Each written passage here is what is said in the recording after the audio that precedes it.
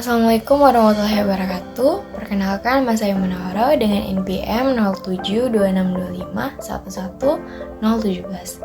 Di sini saya akan menjelaskan tentang pendekatan arsitektur Nusantara pada desain objek kawasan wisata Pantai Kabupaten Kepulauan Talaud, Jurnal dari Froktal Vol 3 nomor 1, halaman 11-20.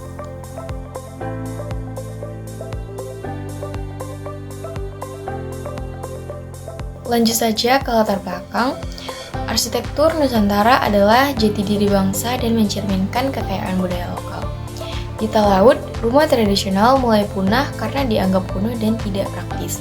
Jadi, di Talaud ini, rumah tradisional tuh mulai punah atau mulai tidak terpakai lagi karena dianggap kuno atau dianggap lawas dan tidak praktis. Dan diperlukan strategi desain agar ciri lokal tetap hidup dalam arsitektur modern, terutama di kawasan wisata pantai. Jadi di sini kita bagaimana caranya supaya rumah tradisional yang ada di Talaud bisa terpakai lagi dan bisa diimplementasikan lagi dalam kehidupan yang sudah modern ini. Nah, kita lanjut ke tujuan dan metode penelitian. Tujuan penelitian itu bagaimana kita menemukan strategi desain arsitektur Nusantara yang bisa diterapkan pada objek kawasan wisata pantai di Talaud. Jadi tujuannya kita bagaimana caranya menemukan strategi, kita mencari strategi agar kita bisa membuat rumah tradisional ini tetap ada, terutama di kawasan pantai yang ada di Talaud. Untuk metode penelitian, pendekatan kita menggunakan kualitatif dan arsitektur Nusantara.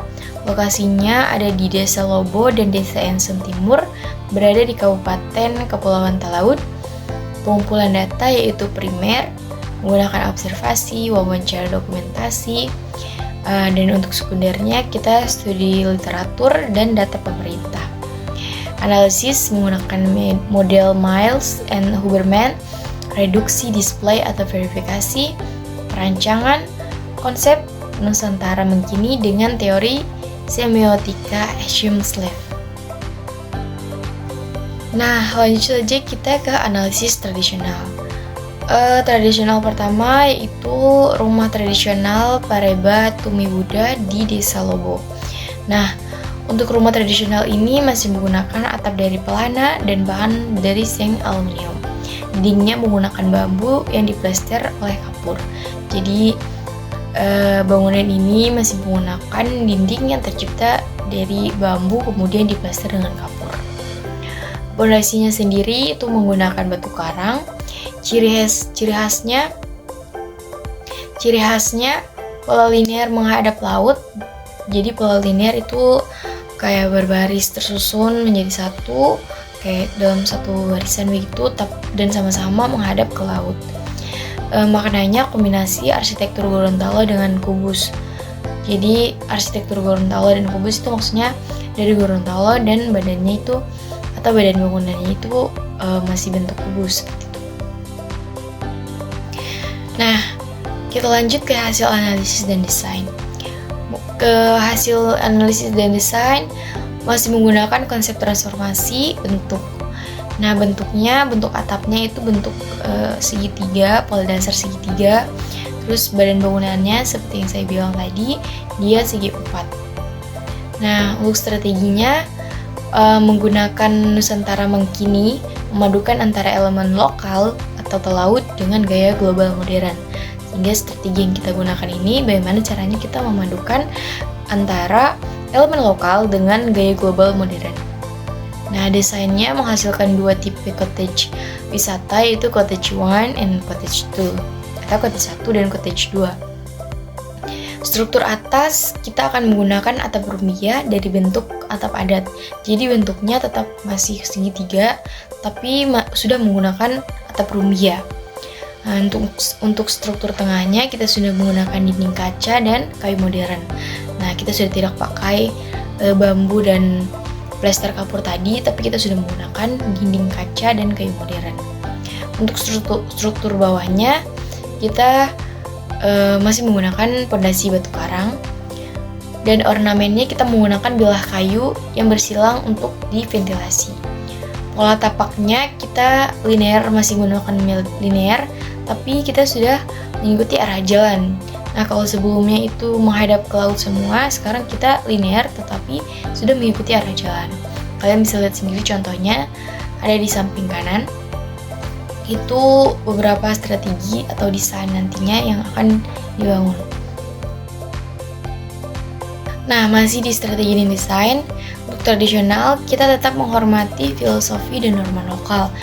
Jadi, walaupun kita sudah menggabungkan dengan gaya global atau sudah menggabungkan dengan gaya modern, kita tetap menghormati filosofi dan norma lokal. Jadi kita tidak menghilangkan nilai-nilai yang ada dalam rumah tradisional tersebut. Kita tetap memakai atau kita masih menggunakan filosofi seperti itu. Nah, untuk peminjaman kita masih mengambil bentuk arsitektur daerah lain seperti tadi, kayak atapnya segitiga, terus badannya segi empat. Nah, untuk dekomposisi menggabungkan elemen lama dan baru dan tampilannya menjadi Indonesia tapi suasananya global. Jadi kita bagaimana caranya menggabungkan elemen-elemen tadi sehingga nantinya akan menjadi untuk tampilan itu Indonesia tetapi suasananya global begitu. Jadi kita menggabungkan tadi dengan tujuan supaya nantinya tampilannya Indonesia namun suasananya sudah global. Nah, kita lanjut ke hasil rancangan. Untuk model, kita menggunakan ironic classicism, yaitu perpaduan antara klasik dengan modern. Nah, untuk output, yaitu set plan, cottage design, dan tampak kawasan, dan perspektif 3D. Untuk tujuan akhir, kawasan wisata yang berciri lokal tetapi berwawasan modern. Nah, jadi hasil rancangannya, untuk modelnya kita menggunakan tadi ironic classicism, yaitu perpaduan antara klasik dengan modern. Nah, untuk outputnya kita ada set plan, cottage design, dan tampak kawasan dan perspektif 3D. Nah, untuk tujuan akhirnya ya tadi yaitu kawasannya supaya ada berciri lokal, tetap ada lokalnya tapi berwawasannya modern, sehingga walaupun modern tetap ada ciri lokalnya yang tidak dihilangkan atau mulai punah seperti tadi. Nah, kalian bisa lihat di samping kanan itu hasil akhir dari rancangan yang kita buat tadi. Nah, kalian bisa lihat di spot area laut dia akan menjadi seperti itu. Terus spot area daratnya, perspektif bangunan cottage 1 dan perspektif bangunan cottage 2 akan seperti itu. Kalian bisa perhatikan antara spot area laut, spot area darat, perspektif bangunan cottage 1 dan perspektif bangunan cottage 2.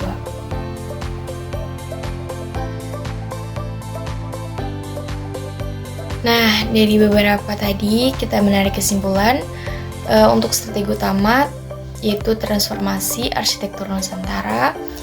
Jadi strategi utama yang kita jelaskan atau paparkan tadi yaitu untuk transformasi arsitektur Nusantara.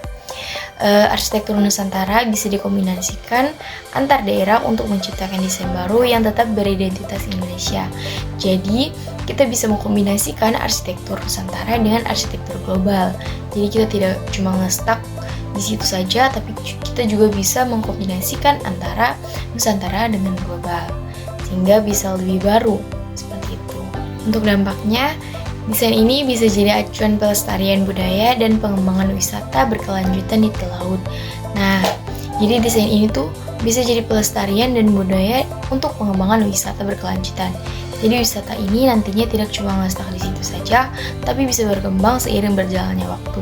Tetapi tidak dengan menghilangkan rumah tradisional tadi, tetapi bisa menggabungkan lagi dengan zaman yang akan datang lagi seperti itu. Baik, itu saja presentasi dari saya. Sekian dari saya. Mungkin presentasi saya belum sempurna, tapi seperti bangunan tanpa atap, semoga kalian bisa melengkapinya dengan pemahaman sendiri. Terima kasih. Jangan lupa, arsitektur bukan cuma soal ruang, tapi juga soal rasa, terutama rasa sayang pada deadline yang tak pernah datang tepat waktu. wabarakatuh. Wassalamualaikum warahmatullahi wabarakatuh. Terima kasih.